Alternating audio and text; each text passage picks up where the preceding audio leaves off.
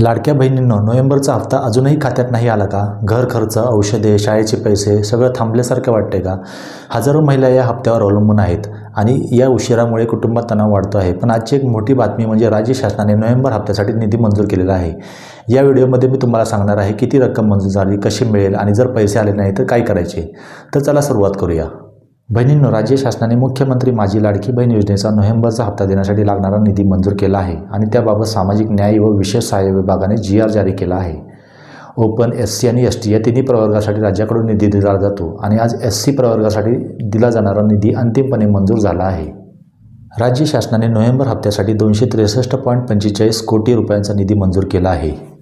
निवडणूक आचारसंहिता आणि प्रशासनिक कारणांमुळे हप्ते थांबले होते. आता निधी मंजूर झाल्यामुळे वाटपाची प्रक्रिया पुन्हा सुरू होईल.